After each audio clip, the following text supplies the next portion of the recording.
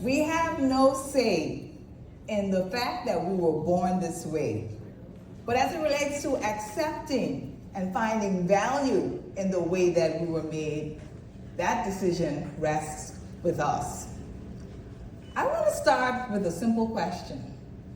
How many of you, during the course of your working environment, have observed someone with headphones on their ears during work and draw the conclusion that this person is either inappropriate or they're disconnected from the team, isolated?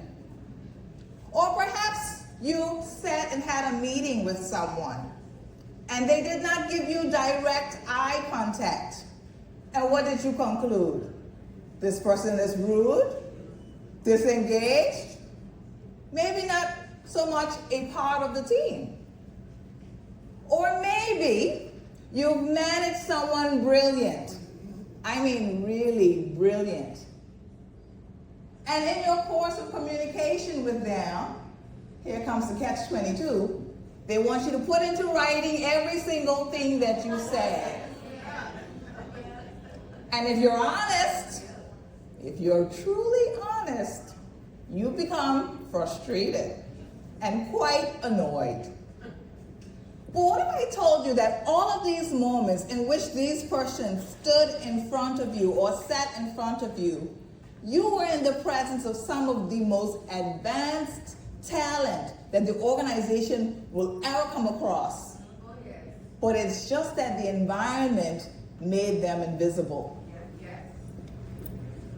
Here's what we're facing today. Around 15 to 20% of the global population is neurodiverse. Now, 40% of the global population will be neurodivergent by 2040. That's less than 20 years from now.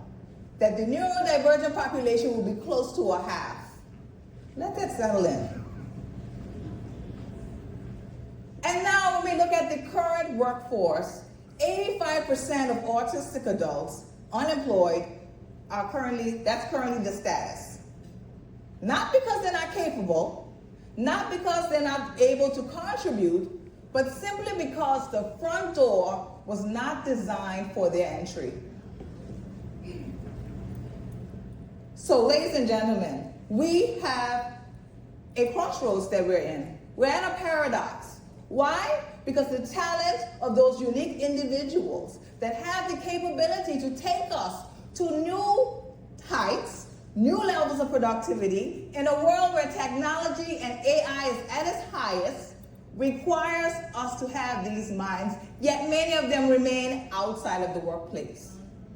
Those that are inside the workplace remain masked, exhausted, silent, waiting for an opportunity to be seen. Well, that's why I'm here today.